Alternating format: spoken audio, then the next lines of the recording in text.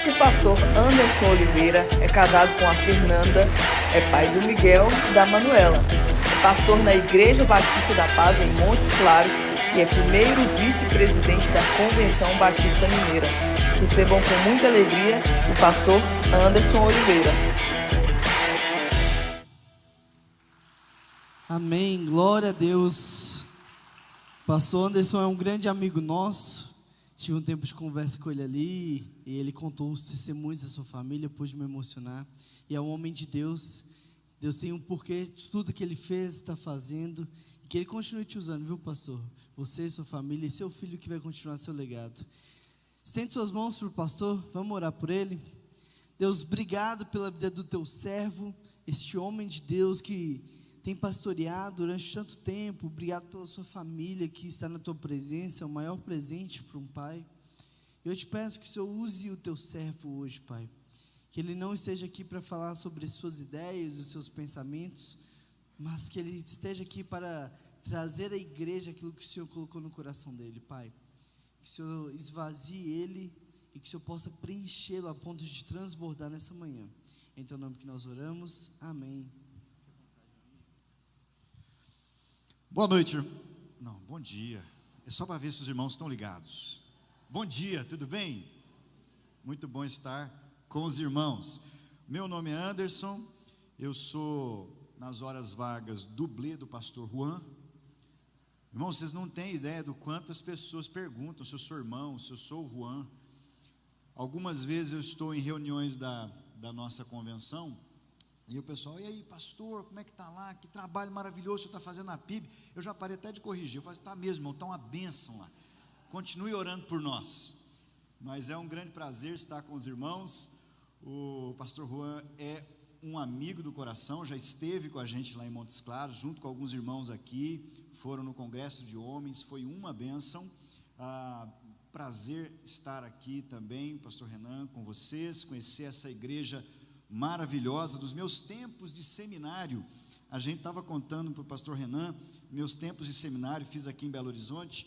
A gente vinha aqui, a gente fazia uma distribuição de comida de madrugada e concentrava aqui na PIB, e a gente passava a madrugada toda, de sexta para sábado, entrando em contato com as pessoas que moravam na rua, e a igreja sempre foi uma grande referência para nós. Eu fico muito, muito feliz de estar aqui com os irmãos, podendo compartilhar a palavra de Deus com a minha esposa, a mulher mais linda do mundo, que está comigo. Obrigado, meu bem. Os meninos estão lá no culto dos adolescentes. Trago aqui o abraço da Igreja Batista da Paz, lá de Montes Claros. Quem conhece Montes Claros?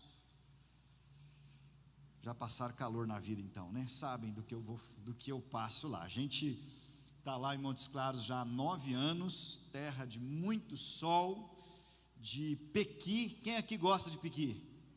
Lamento, irmãos, eu detesto. Então, Deus tenha misericórdia dos irmãos, porque eu não gosto de jeito nenhum. Mais de carne de sol, essa aí eu gosto demais.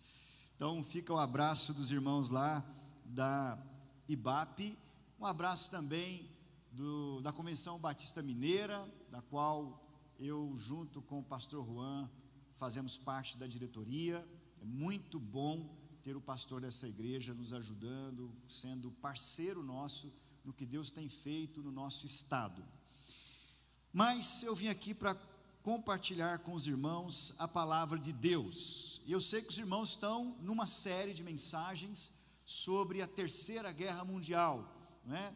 Falando sobre pecado. E eu estou feliz por saber que os irmãos estão lidando com esse assunto. A gente vive um tempo em que as pessoas não estão muito preocupadas com o pecado, né? A gente vive num ambiente, numa atmosfera pós-moderna terapêutica, onde as pessoas querem se sentir bem. Elas não querem saber por que elas estão mal, por que existem dores no coração, elas só não querem sentir dor. E elas não buscam as causas, o porquê. E a palavra que eu quero pensar com você tem esse tema: o que há de errado comigo?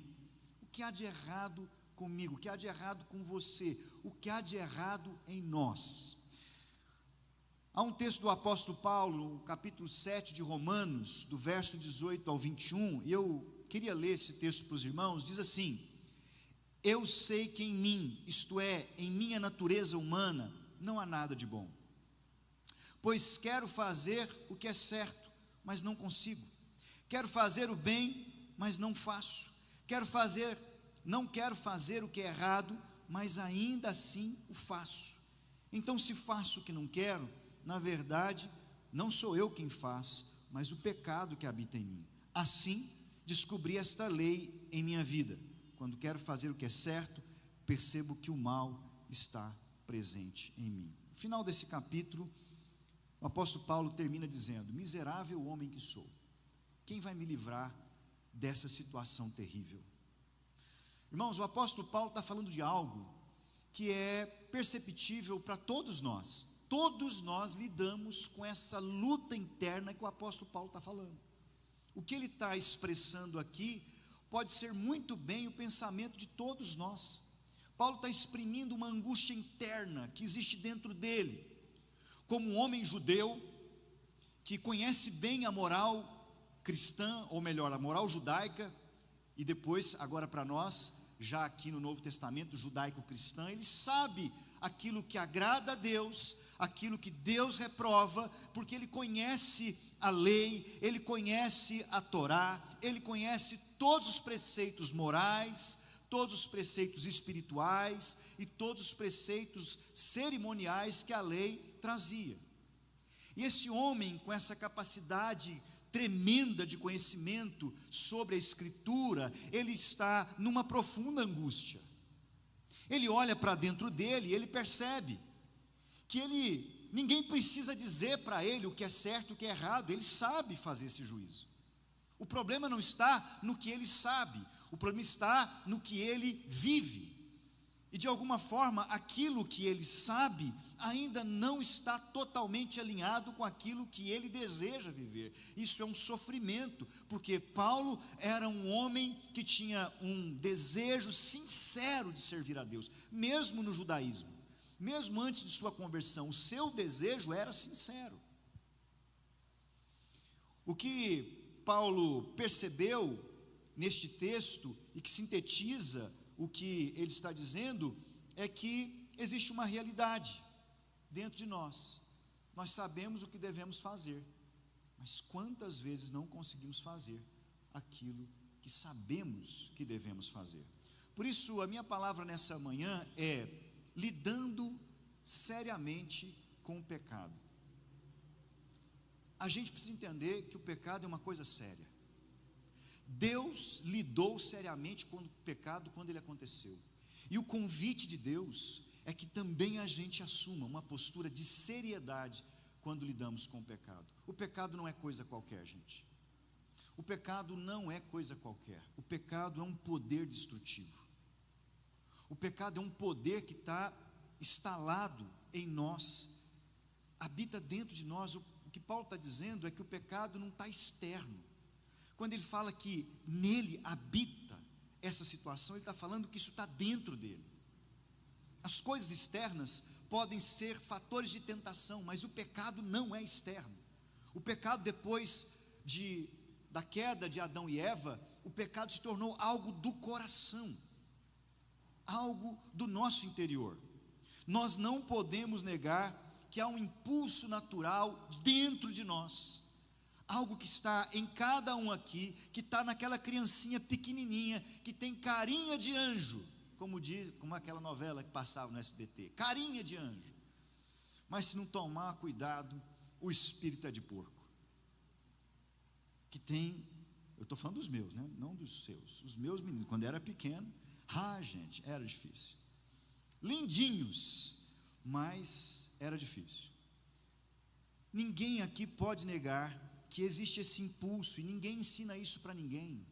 Os meus filhos aprenderam a mentir, e eu acho, que não foi com a gente lá em casa, porque isso está dentro deles, o desejo de levar a melhor, de escapar das consequências dos erros, isso está dentro, ninguém precisa ensinar para ninguém, isso brota do coração como algo natural. Então, quando Paulo diz isso, que em nós existem sentimentos, pensamentos inconfessáveis, coisas que se nossa mente fosse projetada nesse telão, o que a gente pensa fosse projetado publicamente nesse telão, a gente tinha que mudar de planeta, de tanta vergonha que a gente ia ter das coisas que passam na nossa cabeça. O pecado, então, é a porta pela qual a maldade tem acesso ao mundo. Então, o pecado que habita em mim, ele tem acesso ao mundo que Deus criou através da minha vida, da sua vida, da vida dos seres humanos. Por isso, algumas coisas que nós podemos dizer sobre o pecado de forma preliminar nessa palavra, é que, em primeiro lugar, o pecado é interno. Paulo acaba de dizer isso.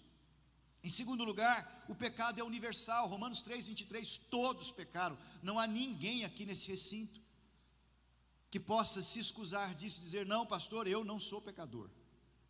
A Bíblia diz que se alguém diz que não é pecador, ele cometeu o primeiro pecado, que é fazer Deus mentiroso, porque Deus disse que todos pecaram.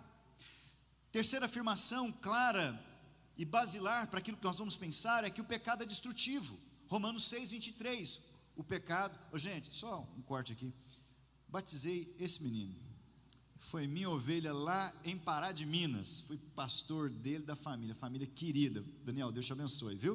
Voltando aqui, o pecado é destrutivo. Romanos 6:23, o pecado, o salário do pecado é morte.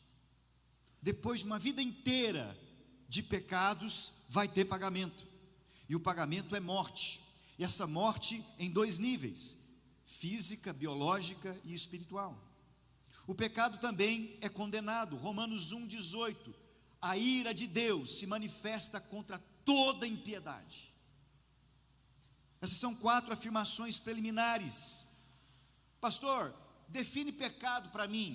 Uma declaração, uma definição clássica que a gente tem de pecado é: pecado é errar o alvo, não é isso? Nós já ouvimos, e é uma definição boa de pecado. Mas existe uma definição judaica de pecado. Pecado é trazer a maldade para o mundo. Deus, quando criou o mundo, Ele não criou um mundo com maldade. O mundo de Deus era perfeito. Ao final de cada obra, de cada dia, Deus dizia: e viu Deus que era bom. Deus não pode dizer que alguma coisa é boa se ela não estiver livre de maldade. E no final de tudo, Deus disse ao final da criação: e viu Deus que era muito bom. Gente, muito bom no padrão de Deus deve ser um negócio que a gente nunca viu e nunca ouviu e nunca pensou. Deus disse: era muito bom. Então, o pecado é trazer a maldade para um mundo que Deus fez muito bom. Muito bom não só porque era prazeroso, muito bom porque era um mundo de bondade. Um mundo em que a bondade reinava. Um mundo em que a bondade era a manifestação deste Deus. Então, quando o homem peca, o que ele faz? Ele corrompe a criação. Ele mancha a criação.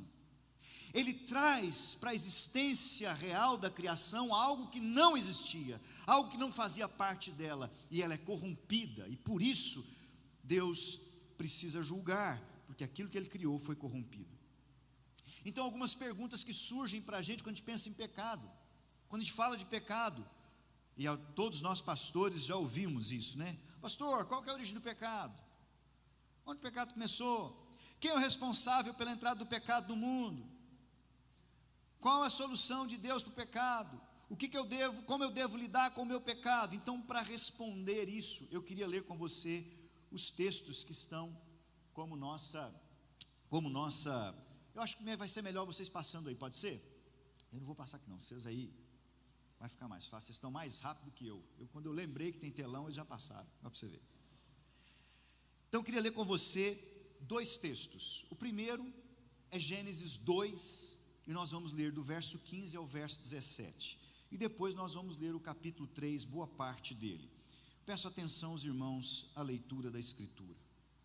O Senhor Deus colocou o homem no jardim do Éden para cultivá-lo e tomar conta dele. Mas o Senhor Deus lhe ordenou: coma à vontade dos frutos de todas as árvores do jardim, exceto da árvore do conhecimento do bem e do mal. se você comer desse fruto, com certeza morrerá. Antes da gente ler o próximo texto, no capítulo 1 de Gênesis, trata-se da criação de Deus. No capítulo 2, a criação especial de Deus, o ser humano, como representante, como corregente da criação, como alguém associado a Deus para cuidar daquilo que Deus havia feito. Deus criou o mundo. Percebam bem o que aconteceu. Deus criou o mundo. E Deus plantou um jardim no mundo. Deus plantou um jardim. O jardim não ocupava a terra toda, ele ocupava um determinado lugar, e a Bíblia até fala para a gente onde ele está entre 4 rios, possivelmente na Mesopotâmia, alguns dizem que ali na Babilônia, enfim. Deus planta esse jardim, cria 2 seres à sua imagem e semelhança, e diz para eles assim: agora vocês são meus cooperadores, vocês vão cultivar esse jardim, para que esse jardim preencha toda a terra. E à medida que vocês forem cultivando tudo isso que está nesse jardim, vocês também vão multiplicar servos ou pessoas à minha imagem e semelhança. Então você percebe que Deus estava querendo que a glória de Deus fosse preenchendo o mundo, o jardim crescendo, filhos à imagem e semelhança de Deus, e a glória e o conhecimento de Deus se espalhando e preenchendo toda a terra, até o momento em que toda a terra se encheria do conhecimento de Deus. Esse era o plano maravilhoso, irmãos, maravilhoso. Mas o homem precisava passar num teste. Deus disse então, e o capítulo aqui, esse texto que vemos, capítulo 2, a criação do homem e a colocação, Deus coloca um teste. E esse teste, Deus então diz para o homem: você é meu associado, meu corregente, você é a minha imagem, você é meu representante. Você pode cultivar esse jardim, você pode curti-lo, você pode comer dos seus frutos, você vai me ajudar, vai trabalhar, vai dar nome para os bichos e tal, mas tem uma coisa que não pode: você não pode comer da árvore que está, a árvore do conhecimento do bem e do mal. Tinha uma outra árvore no jardim, irmãos, a árvore da vida, que se eles comessem, eles viveriam para sempre. Mas como a morte não fazia parte do imaginário deles, não houve nenhum desejo da parte deles de comerem aquele fruto, porque naquele momento ainda isso não fazia um sentido. Mas tem uma outra árvore, e essa árvore da vida não estava proibida de comer, eles podiam comer. Mas a árvore do conhecimento do bem e do mal, Deus disse: não coma, porque o dia que você comer, você vai morrer. Irmãos, o que a gente vê nesse trecho, em primeiro lugar, é que Deus dá uma ordem clara. Essa ordem é tão clara que depois Adão repete ela para Eva, e Eva sabe repetir. Ela diz: Deus disse que nós não devemos comer, porque o dia que nós comermos, nós morreremos. Eles entenderam. Não era uma ordem dúbia, não era uma ordem de dupla interpretação, era algo claro, definido, para orientar o que eles deveriam fazer. Mas essa ordem, ela também trouxe, ela é de 2 âmbitos. Em primeiro, essa ordem restritiva: não pode comer da árvore do conhecimento do bem e do mal, se comer vocês vão morrer. Mas tem uma ordem positiva, de alcance geral, de grande extensão, que revelava a bênção. Não pode comer dessa árvore, mas pode desfrutar de todo o jardim, mas pode comer das outras, mas pode dominar em meu nome, mas pode multiplicar, mas pode cooperar comigo. Não pode só comer da árvore do conhecimento do bem e do mal. O restante eu fiz para vocês terem propósito, e fiz para vocês também desfrutarem. Vivam em abundância. A gente às vezes tem a mania de focalizar só no que não pode, né? Mas a ordem do pode é muito maior do que a do não pode. Assim é na vida cristã também, irmãos. A gente às vezes é muito mais conhecido pelo que a gente não pode do que pelo que a gente pode. E a gente pode muito mais do que não pode. Os nossos podes são para bênção, para vida abundante. E os não pode são para preservar a gente. Mas às vezes a gente não dá ouvidos para Deus. Então esse primeiro texto que eu queria ler para você, trata-se disso.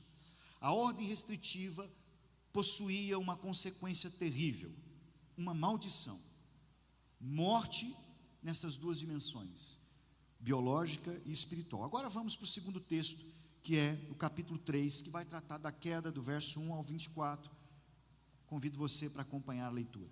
A serpente era o mais astuto de todos os animais selvagens que o Senhor havia criado. Certa vez ela perguntou à mulher: Deus realmente disse que vocês não devem comer do fruto de nenhuma árvore do jardim? Podemos comer do fruto das árvores do jardim, respondeu a mulher. É só do fruto da árvore do que está no meio do jardim que não podemos comer, pois Deus disse: não comam, nem sequer toquem no fruto daquela árvore, se fizerem, morrerão. É claro que vocês não morrerão, a serpente respondeu à mulher. Deus sabe que no momento em que comerem do fruto, seus olhos se abrirão, e como Deus conhecerão o bem e o mal.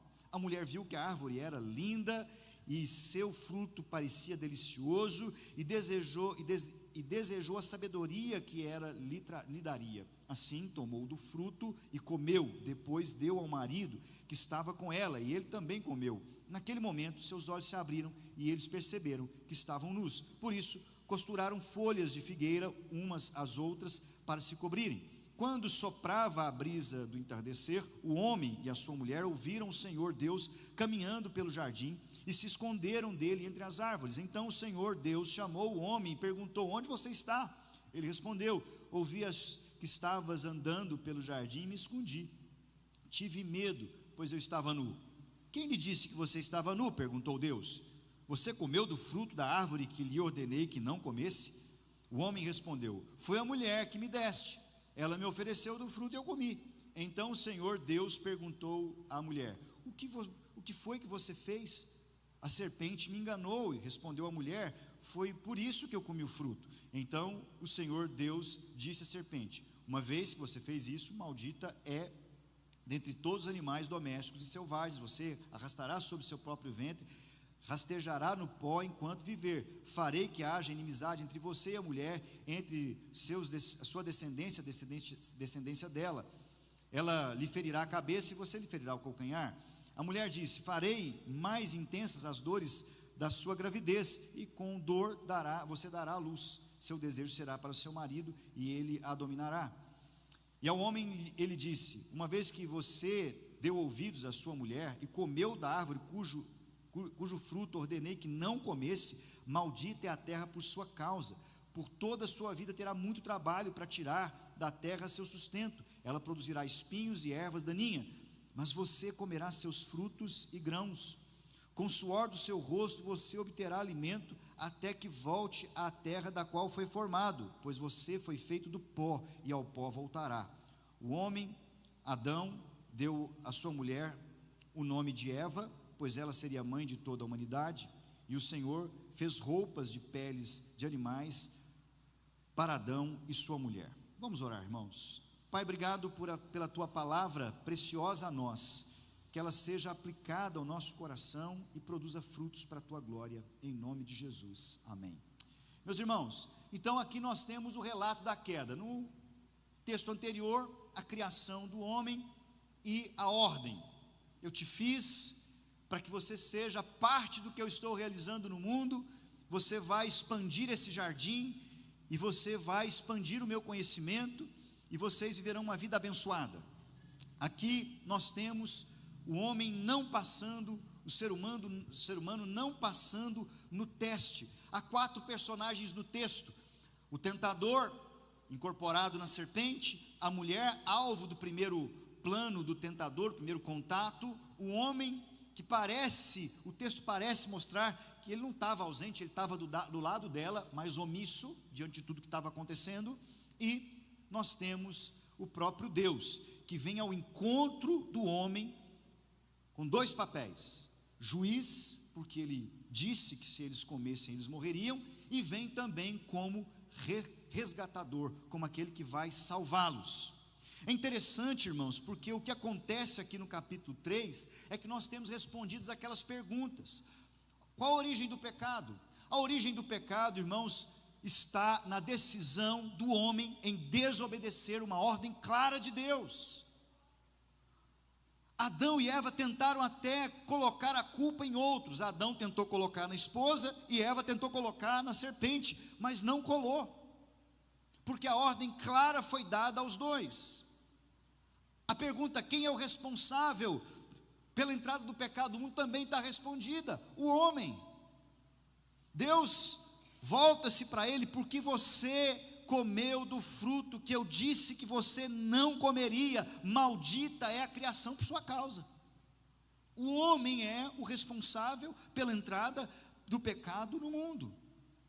E o texto também apresenta a solução, irmãos. Deus vem então rapidamente, e ele tem uma ação rápida.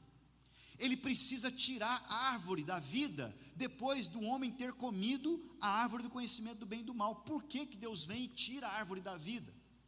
Porque Deus agora vai redimir o homem caído por meio da maldição na qual ele está submetida.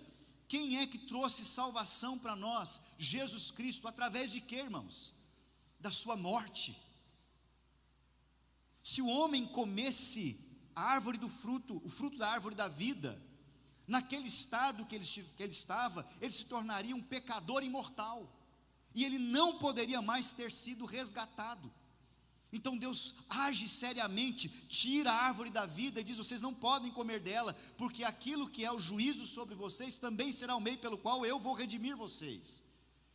E ele tira a árvore, protege o jardim, ele ensina o homem a lidar com os efeitos do pecado.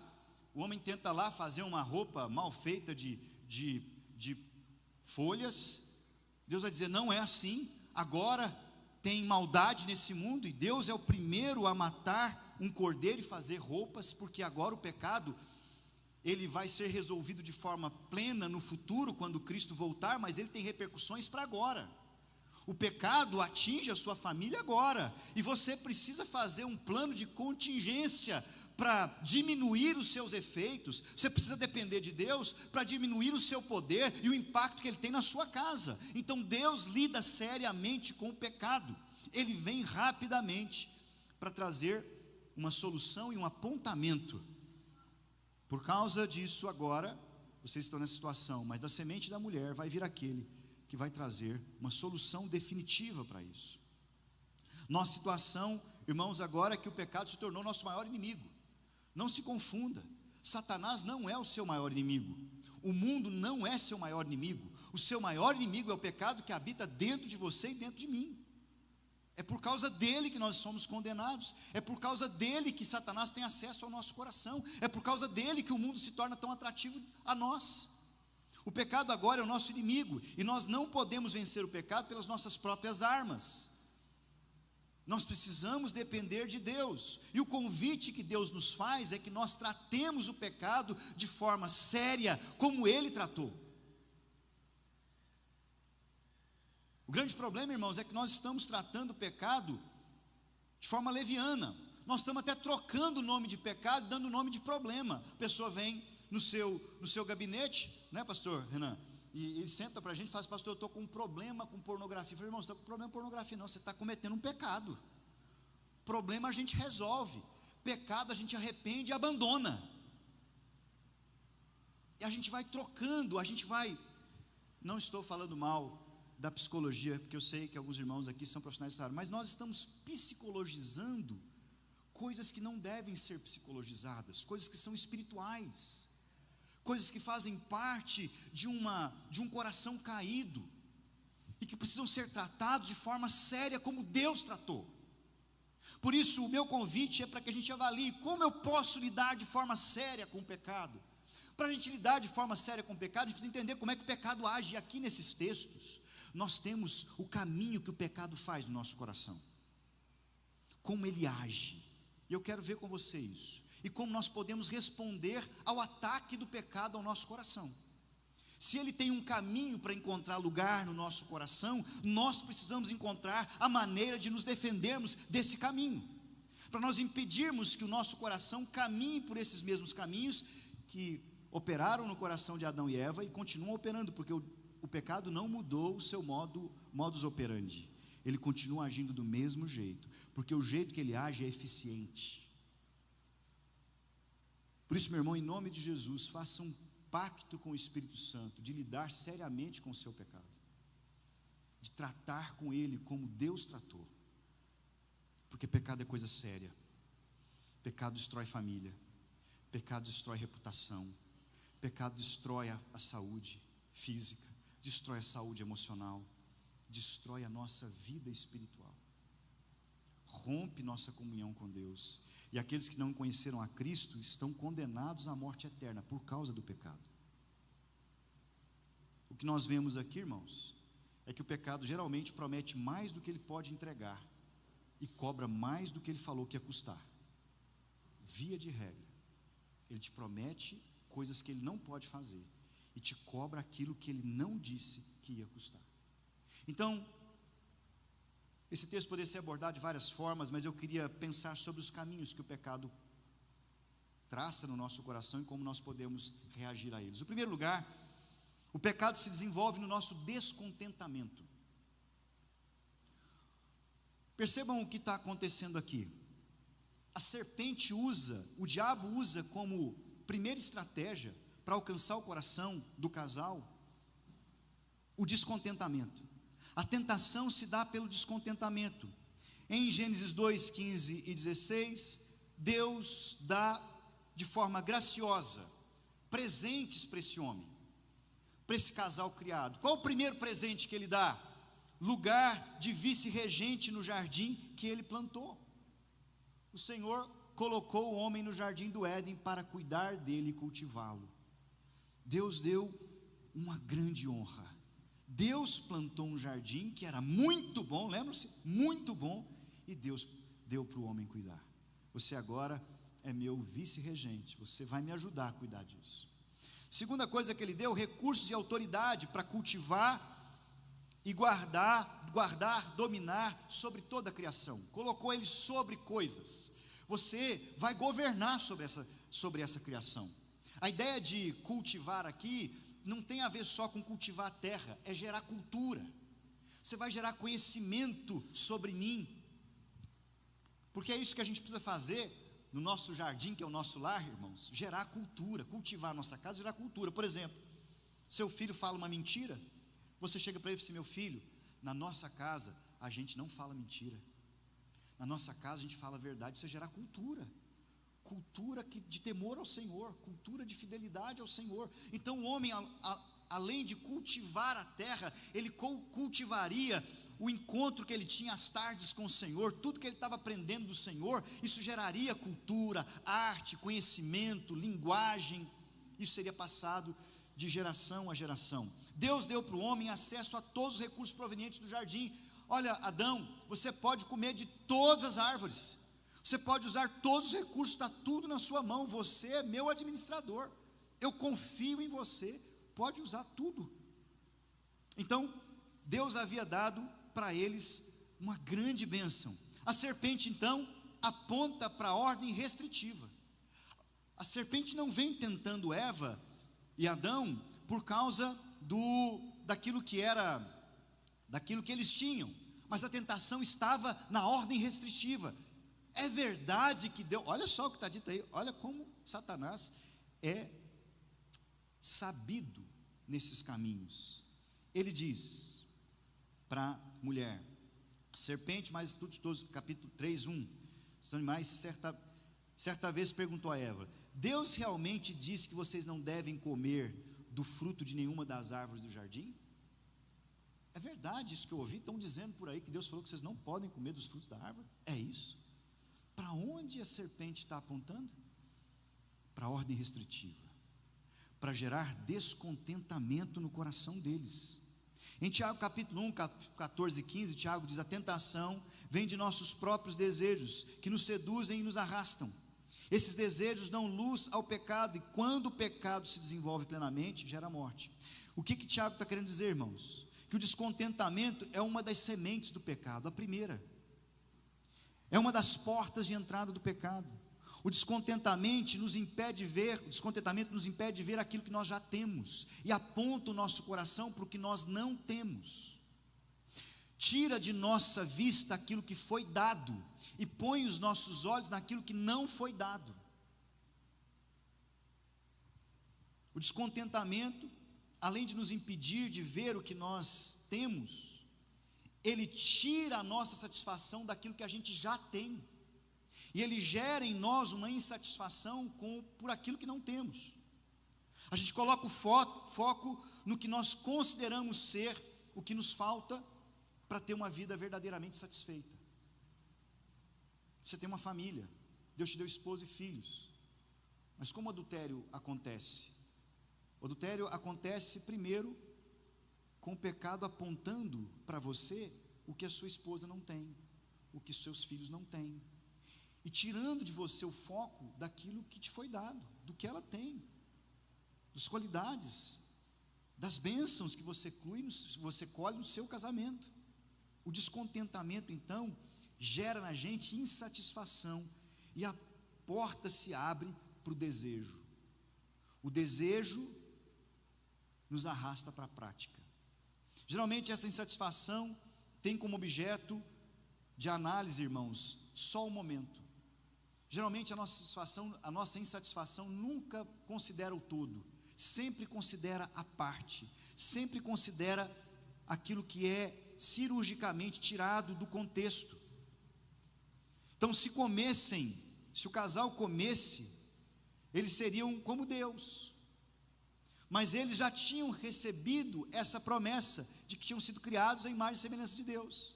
Mas o que a serpente propõe? Se vocês comerem, vocês serão como Deus. Ora, mas eles já não tinham sido criados à imagem e semelhança de Deus? O que a serpente está dizendo é: esse caminho que Deus propôs para vocês serem parecidos com Ele, não é o melhor caminho. Esse caminho, ele é mais difícil.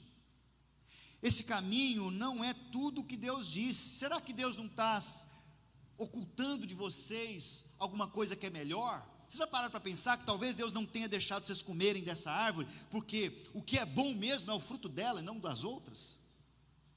Será que Ele não está mentindo para vocês?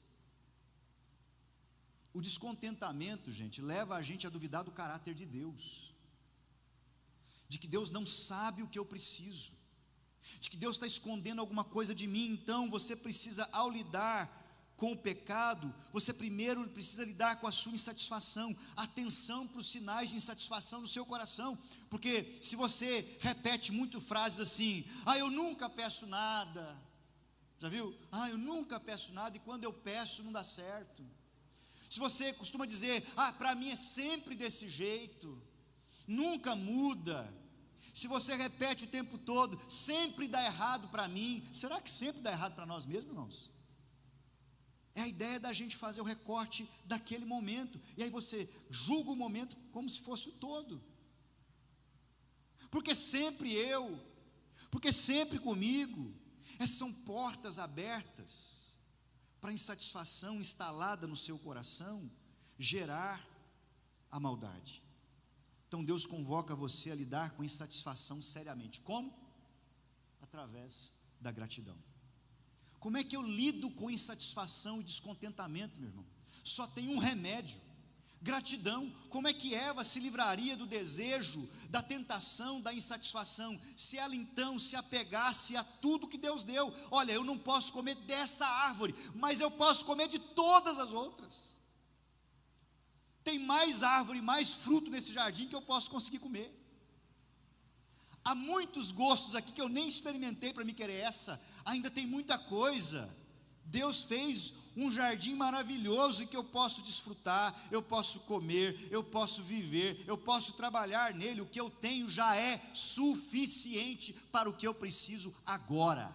Querido irmão, você precisa aprender a desenvolver a sua gratidão a Deus, começar a agradecer pela esposa que você tem, pelo marido que você tem, mesmo que seja pela fé, não é isso? A Bíblia fala que a fé é a prova das coisas que a gente ainda não viu. Então você não viu a sua mulher ser essa bênção toda, mas agradece, porque é fé. Deus vai fazer. Profetiza na vida dela quando estiver dormindo: Senhor, abençoe essa mulher, que ela seja uma bênção, Senhor, porque está difícil. Amém. Queridos irmãos, gratidão pela casa que você mora, pelo trabalho que você tem. Pastor, mas meu trabalho não é tudo aquilo que eu imaginei. Não é, mas é o trabalho que Deus te deu e que está sustentando a sua casa. Todo dia agradeça: Senhor, obrigado, porque a minha casa é sustentada por esse trabalho. Obrigado pela minha igreja.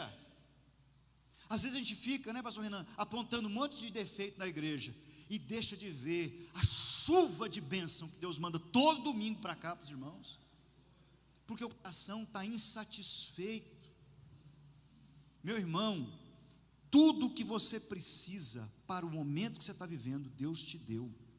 Se você não tem, é porque você não precisa agora, e o dia que você precisar, Ele vai te dar.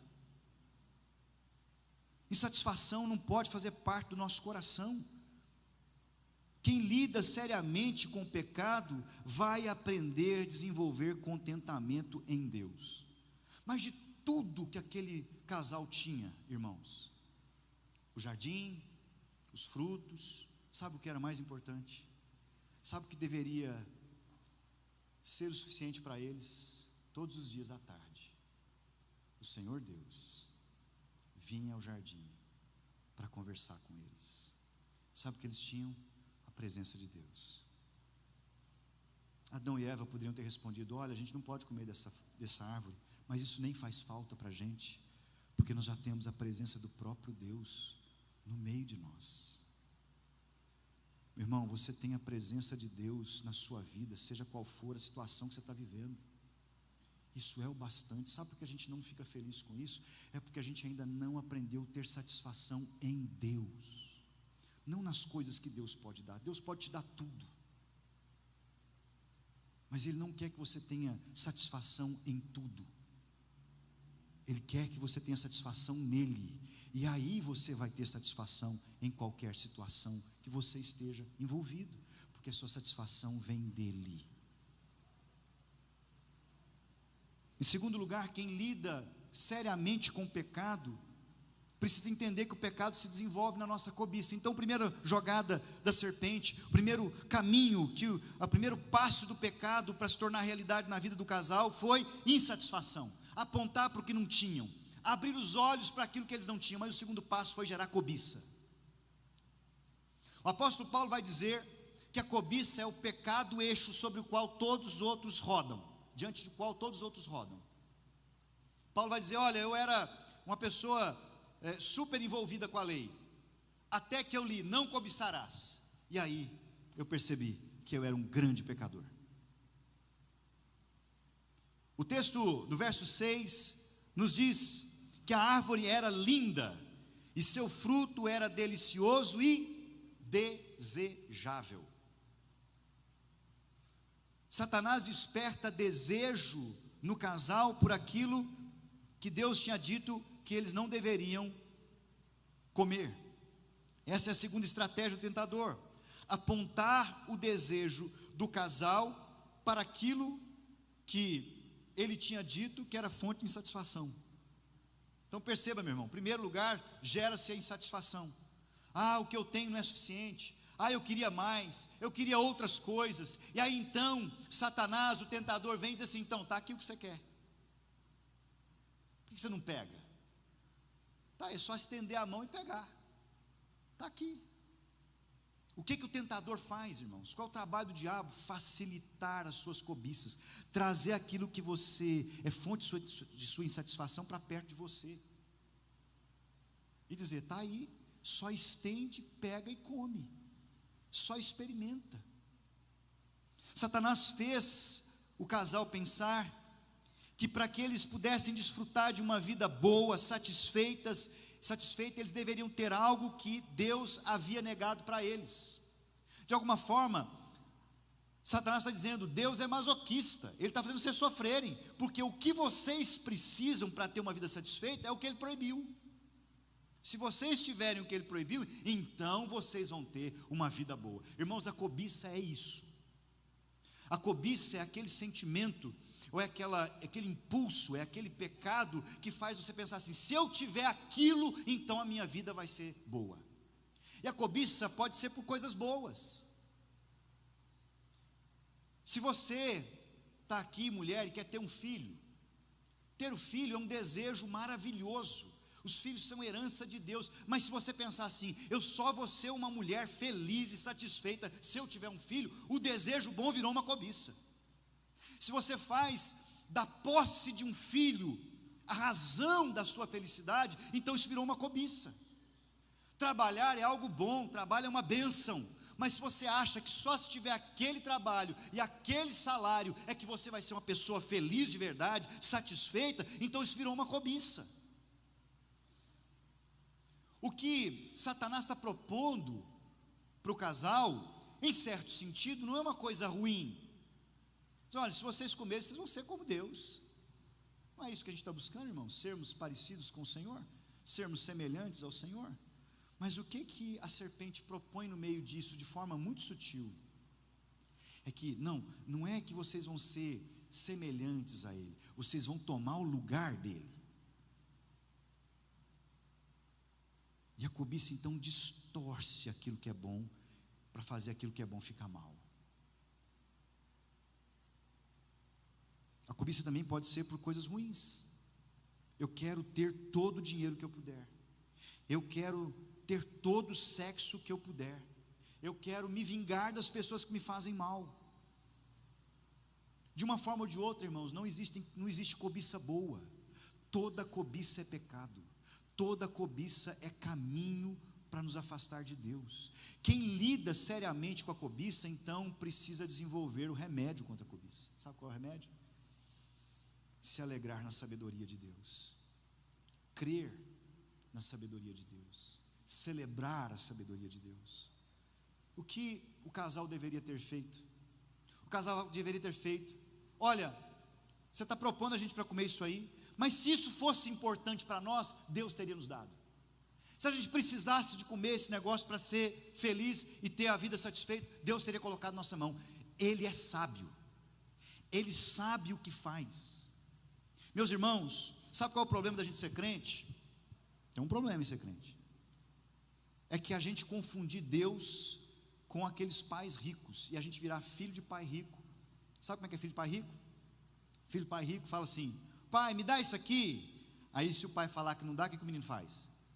Faz pirraça: você não me ama, porque o senhor nunca me dá nada, é só isso que eu quero, o senhor tem condição, por que o senhor não me dá? E a gente fica pirracento. Meu irmão, pensa no seguinte: você concorda que o problema que você vive, o desafio que você vive, a dificuldade que você está enfrentando, Deus, por uma vontade, um pensamento dele, poderia desfazer isso agora? Você crê nisso? Quem crê nisso diz glória a Deus. Deus pode, com uma vontade apenas, desfazer todos os seus problemas. A pergunta é: por que Ele não faz? Por quê? Por que Deus não tirou esse peso ainda que você está carregando? Porque nosso Deus é sábio, e Ele tem propósitos, até com os pesos que a gente carrega. Porque a gente lê Romanos capítulo 8, que diz: todas as coisas concorrem conjuntamente para o bem daqueles que amam a Deus. E a gente para, né, aí. Só que o texto não para, e o texto continua, né? É a gente que para de ler. Para aqueles que são chamados segundo o seu propósito, para serem feitos conforme a imagem do seu Filho. Tudo vai concorrer para o seu bem, por meio daquilo que Deus está fazendo, para transformar a sua vida cada vez mais semelhante com a vida de Jesus. Então, se precisar botar um pezinho aí na sua mochila, Ele vai pôr. Se for para transformar seu caráter, se for para aperfeiçoar você na pessoa de Cristo, Ele vai fazer isso.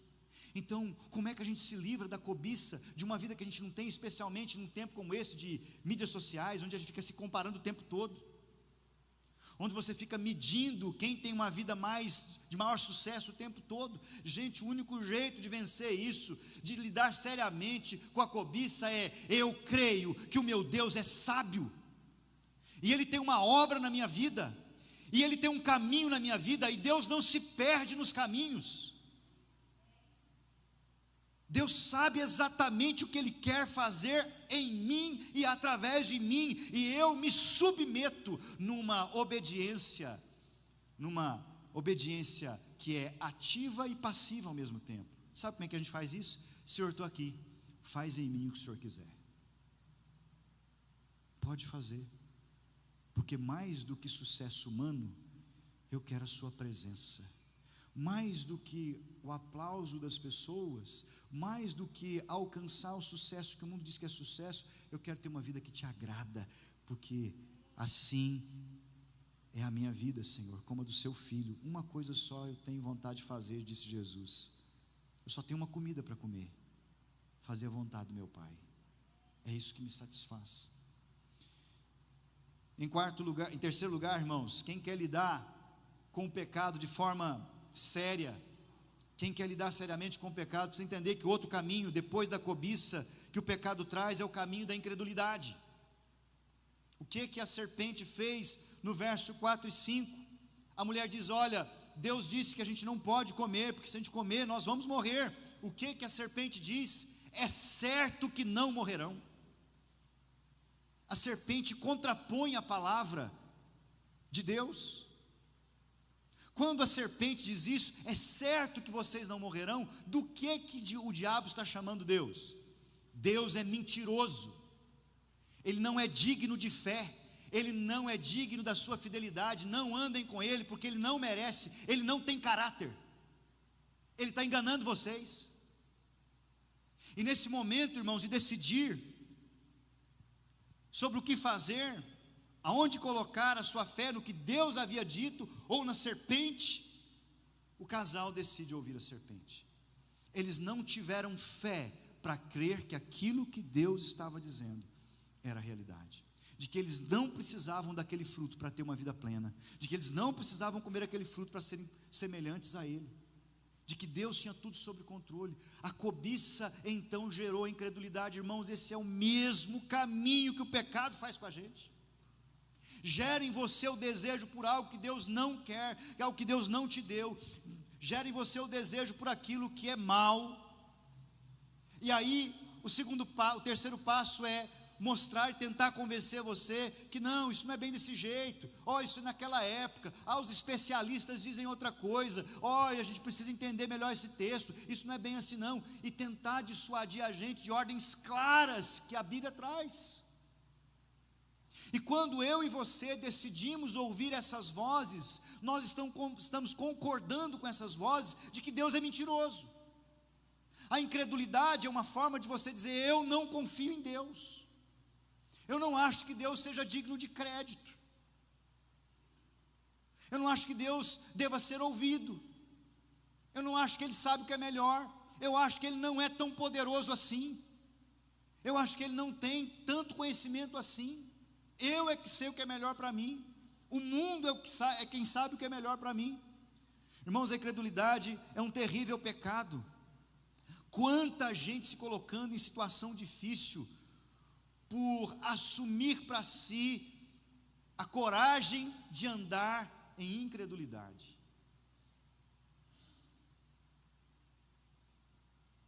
Tomando decisões contrárias à palavra de Deus, a partir de ordens claras que a Bíblia traz. Aí você vai fazer seu negócio, aí precisa falar uma mentira para fazer o negócio. Para concretizar o negócio, precisa fazer uma promessa que você não pode cumprir.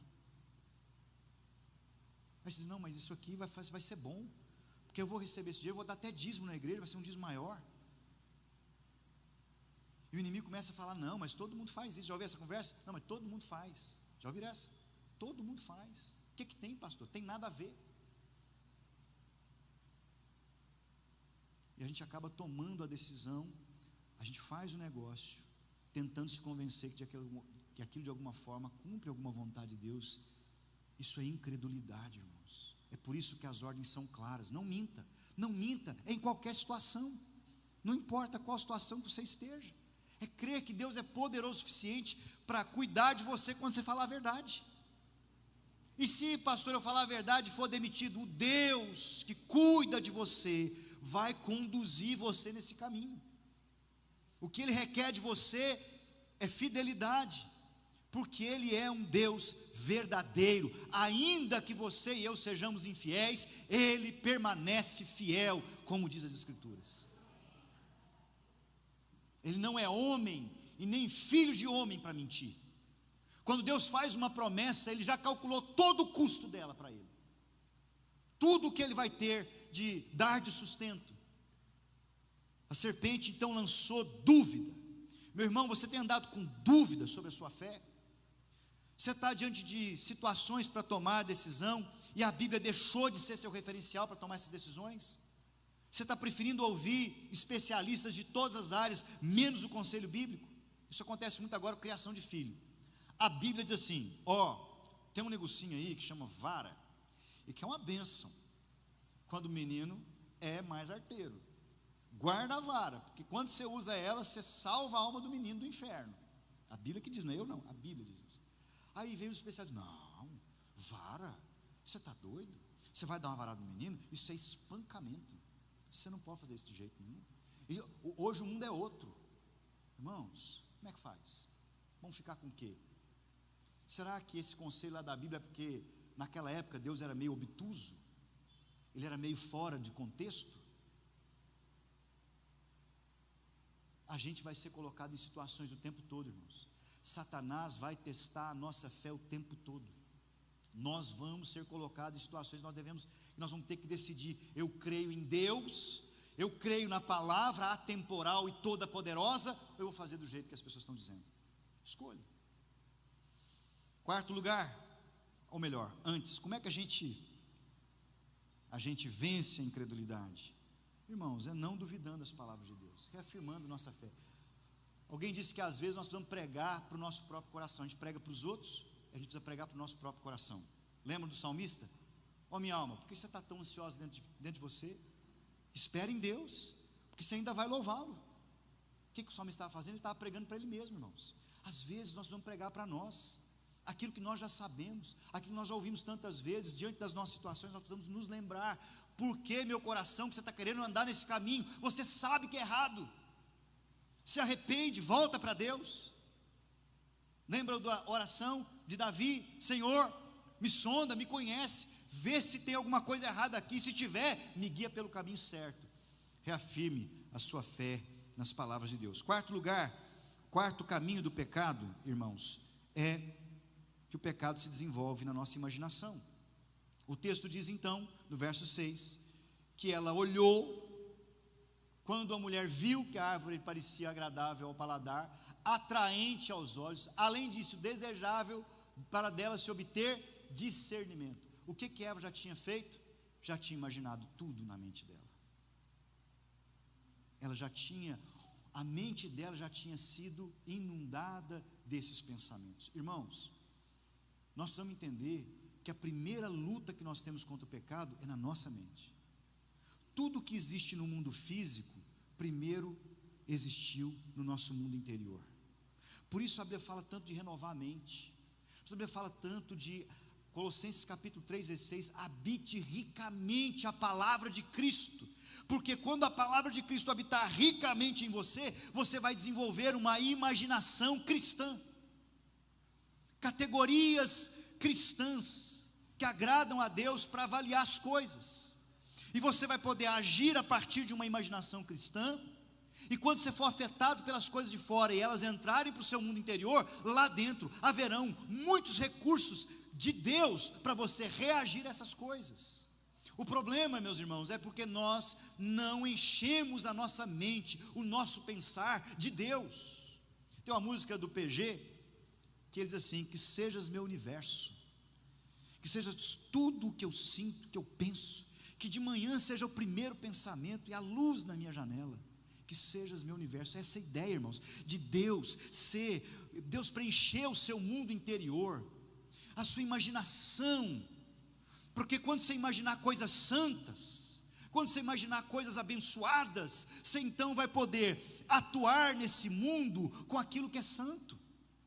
O apóstolo Paulo diz, não ofereçam mais o seu corpo como instrumentos de injustiça, mas ao contrário, instrumentos de justiça. Como é que a gente traz justiça para o mundo? Se o pecado é trazer maldade para o mundo, agora como servos de Jesus, irmãos, nós trazemos bondade para o mundo, através da nossa atuação no mundo.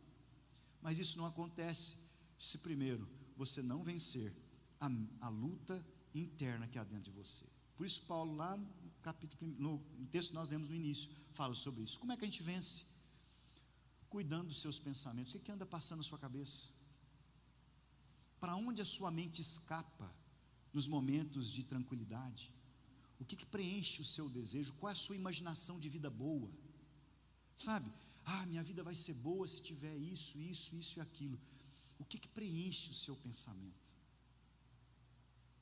O que dá vida para o seu mundo interior?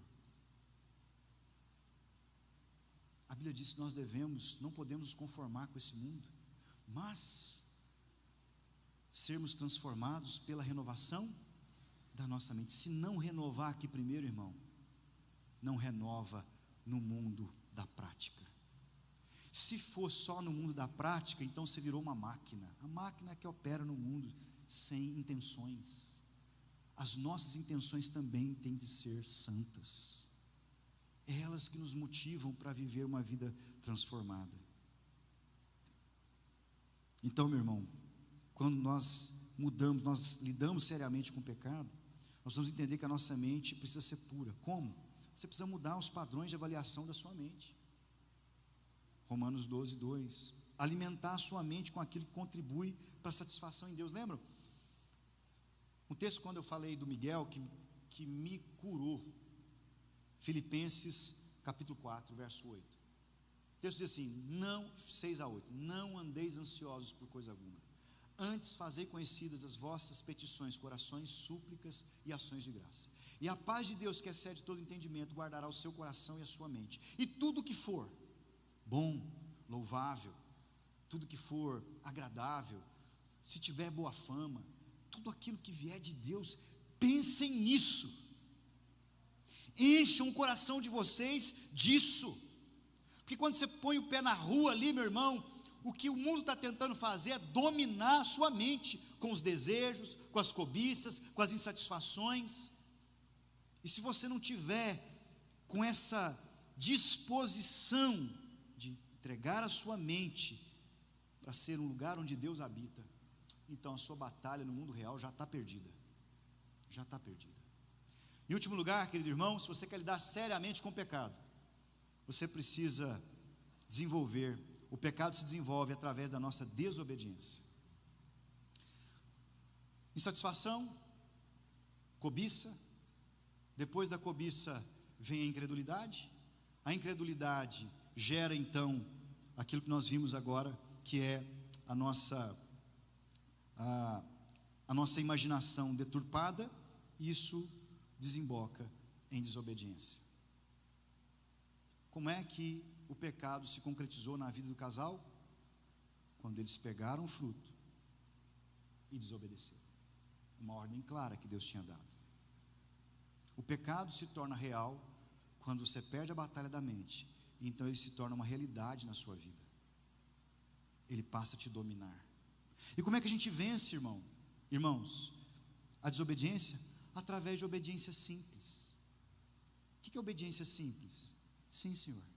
O Senhor disse, é isso que o Senhor quer? Ok, minha vida é para te servir. Sem ficar arrumando argumentações para não fazer.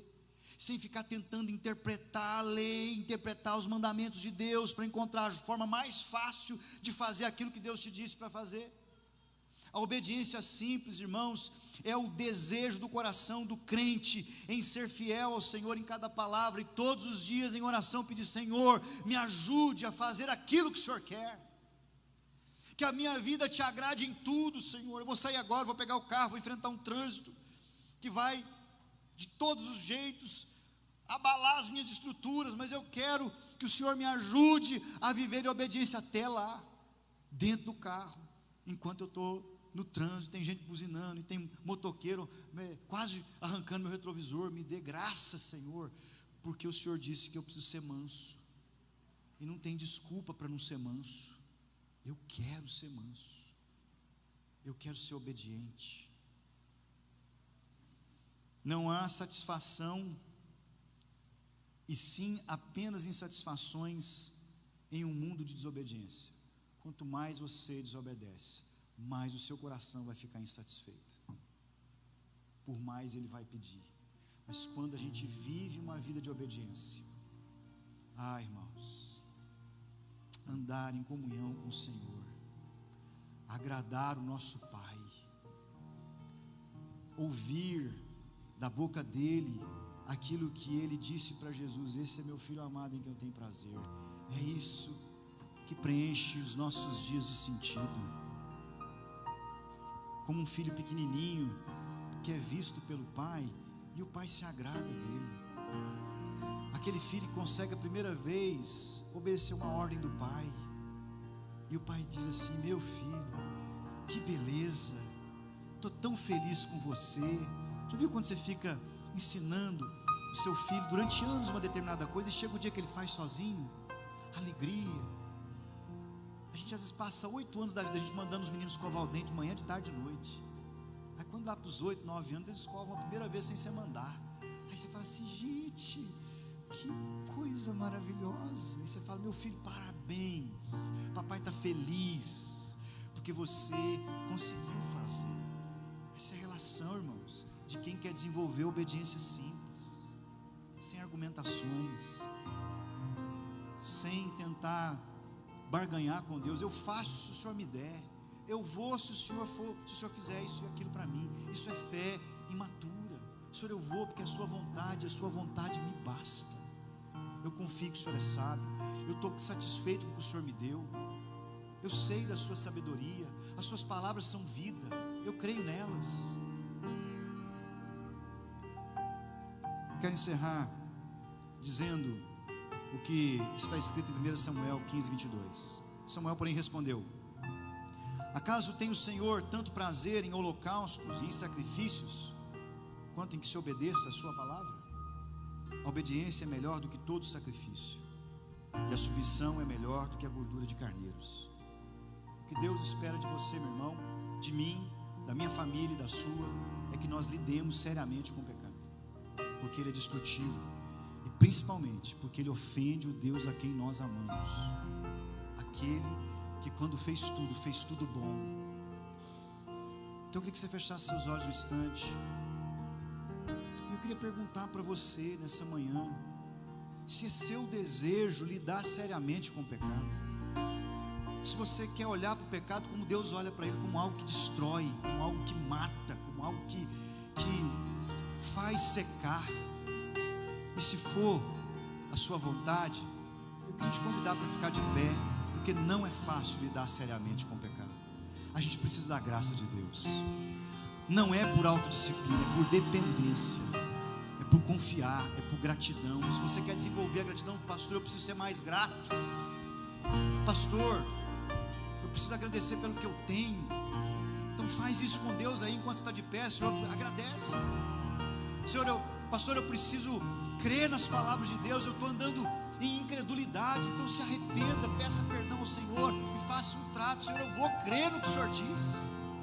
Se você está andando em desobediência em alguma área, ore e diga: Senhor, me ajuda a obedecer. Eu quero ser como uma criança que tem prazer na obediência, pelo simples fato de ouvir o Senhor satisfeito com a minha vida.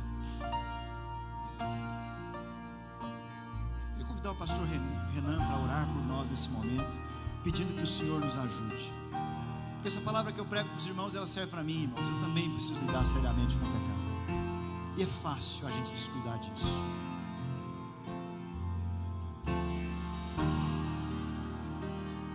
Deus, muito obrigado, Pai, por essa mensagem confrontadora, Pai. O pecado, ele fere não só a nossa integridade, mas ele fere ao Senhor. E nós precisamos tratar o pecado com seriedade. Paulo fala que contra o pecado nós ainda não lutamos a ponto de sangrar. Que a nossa luta possa ser verdadeira, Pai, por amor ao Senhor. O Senhor não nos pede que a gente largue o pecado para te aceitar e ter a salvação, mas depois de te aceitar e ser salvos, o Senhor nos purifica, e agora por amor ao Senhor a gente luta contra o pecado. Como o pastor falou no início da mensagem, que possamos fazer um pacto com o Senhor, possamos fazer um voto com o Espírito Santo de todos os dias lutar com todas as forças contra o pecado. Como prova do nosso amor a Ti, possamos vencer o pecado, Pai. Por favor, Deus, nos ajude, nos auxilie, nos dê esse senso de responsabilidade contra o pecado, Pai. Em teu nome que nós oramos e te agradecemos. Amém. Amém. Glória a Deus, que mensagem poderosa, pastor. Deus te abençoe. Deixa eu te perguntar, tem alguém nos visitando nessa manhã? Primeira vez que você vem na PIB, levanta a mão bem alto para mim, por favor. Que vocês. Mais alguém? Mais alguém visitando a PIB nessa manhã? Você nunca veio, o primeiro culto lá em cima. Olha só, faz um favor, pegue os pertences de vocês, vem aqui. Não é nada demais, não vamos expor vocês, mas a gente quer poder entregar um presente. Como uma boas-vindas, a gente fica muito feliz. O pessoal da galeria pode vir, a gente espera, pode descer. A gente fica muito feliz de vocês estarem aqui nessa manhã, a gente ora, a gente clama a Deus. E quando alguém nos visita, a gente se sente amado e quer que vocês sintam assim também. Nós somos uma família que erra, uma família que falha, uma família que vai decepcionar, mas uma família em busca de sermos mais parecidos com Jesus. E a gente vai ficar muito feliz se vocês quiserem fazer parte dessa família. Então pode vir, vocês vão acompanhar a Glaucia, o pessoal lá de cima pode descer também. E ela vai levar vocês para uma sala só para entregar um presente, orar pela vida de vocês. Eu queria que a igreja aplaudisse os visitantes. É para isso que a gente faz, são a causa. Que Deus abençoe, viu? Lá em cima tá descendo também, tá bom? Aí alguém do Connect te orienta, pode levar. Nós vamos cantar mais uma canção em louvor e adoração ao nosso Deus. Mas eu ainda queria lembrar, no dia 12 de junho nós vamos fazer um momento, Dia dos Namorados, um momento importante. Às vezes a gente vai sair no dia 12 de junho, o restaurante está cheio, tem fila de carro, e aqui a gente vai fazer um evento para poder abençoar os irmãos. Então você pode fazer sua inscrição também e participar desse momento, tá bom? A gente vai cantar mais uma vez, mas ainda antes da gente cantar, eu queria terminar orando por você. Estende suas mãos assim, como quem vai receber um presente. Deus, muito obrigado por este culto, Pai. Obrigado pela vida do pastor que viajou ainda nessa manhã para trazer essa mensagem poderosa. E que possamos sair aqui agora, Pai, atentos às estratégias de Satanás para nos levar ao pecado, mas também agora com a sabedoria que o Senhor nos deu para lutar contra ele. A Tua palavra fala que nós vamos ser cobrados por aquilo que nós sabemos. E agora nós sabemos como lutar contra o pecado também. Abençoe a vida do pastor, da sua esposa, do seu casal de filhos, Pai. Que eles continuem sendo usados pelo Senhor poderosamente, por onde eles forem, Pai. E obrigado por cada membro que está aqui nessa manhã, Pai. Que possamos ir embora agora, Deus, refletindo, digerindo a mensagem. Possamos colocar em prática e que durante a semana sejamos a extensão da Tua igreja nas casas e na cidade, Pai. Pela graça de Jesus Cristo, pelo amor de Deus, Pai, pela consolação do Espírito Santo, Pai, nós abençoamos a igreja não só agora, não só hoje, mas para todo sempre. Em Teu nome que nós oramos. Nós terminamos agradecendo ao Senhor e vamos cantar mais uma vez com muita alegria.